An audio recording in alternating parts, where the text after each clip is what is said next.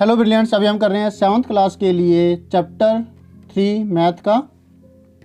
Chapter का नाम है data handling, exercise 3.2 question number 5, जो कि लास्ट क्वेश्चन है इस एक्सरसाइज का। क्वेश्चन में क्या है देखिए, tell whether the statement is true और फॉल्स। इनमें से कौन सी स्टेटमेंट ट्रू है और कौन सी स्टेटमेंट फॉल्स है, और जस्टिफिकेशन नहीं देना है, सिर्फ ट्रू या फॉल्स आपको बताना है।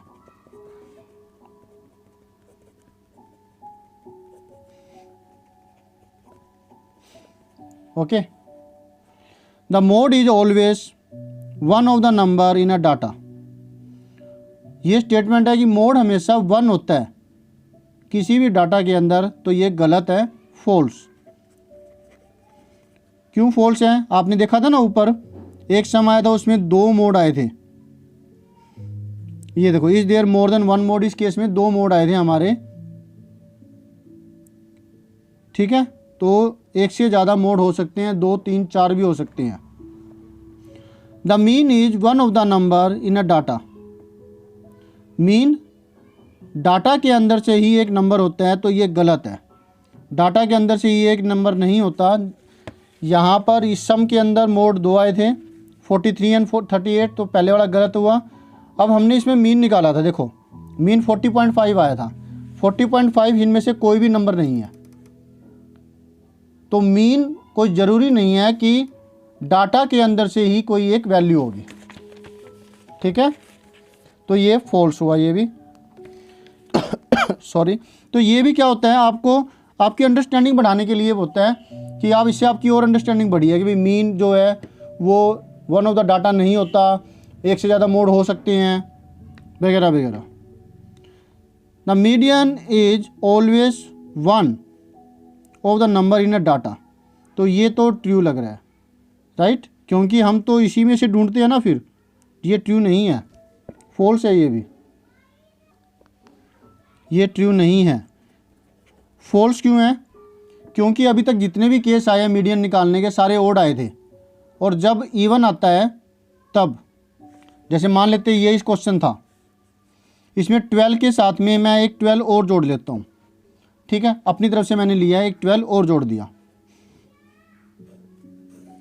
अब एक 12 और जोड़ने के बाद टोटल ऑब्जर्वेशन हुई 10। ठीक है, अब 10 होने के बाद फार्मूला ये ना होकर के बदल जाएगा, फार्मूला हो जाएगा n/2th टर्म, फिर भी यही आएगी। कभी कभी ऐसा होता है कि चलो करके देख लेंगे, n/2th टर्म और प्लस में n/2 plus 1th term by 2, ये फार्मूला बनता है इवन के केस में। अब n/2th टर्म टोटल ऑब्जर्वेशन थी 9, हमने एक और अपनी तरफ से ले लिया 12, तो बन गई 10। तो 10/2 वो हुई 5th टर्म, और n/2 10/2 5 plus 1 6th term by में 2। अब 5th टर्म यहाँ पर कौन सी है? 1 2 3 4 5, ओके, आ गया हमारे हिसाब से। और ये तो रही 5th टर्म, और ये 6th टर्म है, 14 और 13। 14 प्लस 13/2 27/2, ये वैल्यू आई है 13.5। बताओ आप, 13.5 डाटा के अंदर से कोई एक वैल्यू है नहीं ना, तो इस केस में ये फॉल्स है।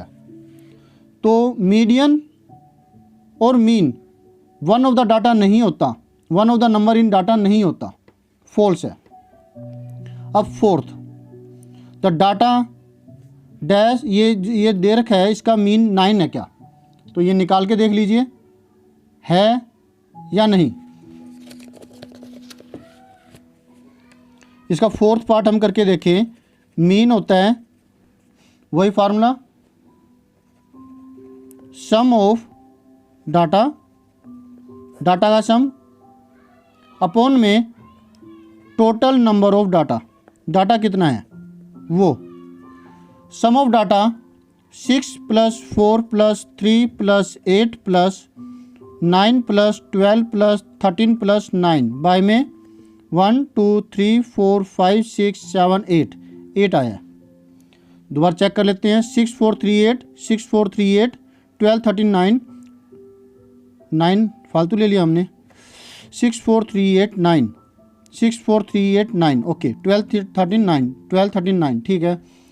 अब इसको ऐड करें। 6 4 10 3 13 8 21 21 9 30 30 and 2 32 and 10 42 42 and 3 45 45 and 10 55 55 and 9 64।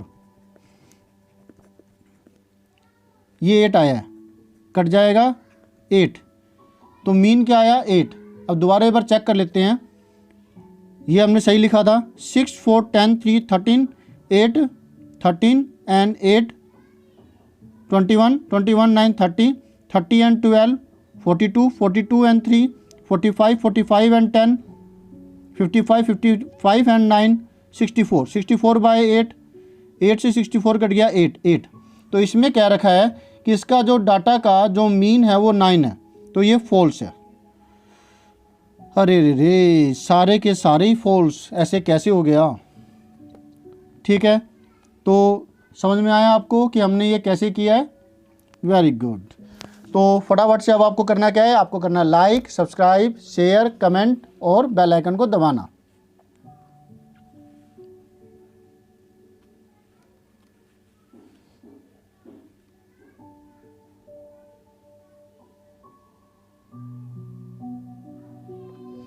इसे प्रेस ज़रूर करना है। ठीक है, तो मिलते हैं नेक्स्ट वीडियो में एक्सरसाइज नेक्स्ट के फर्स्ट क्वेश्चन के साथ। बाय।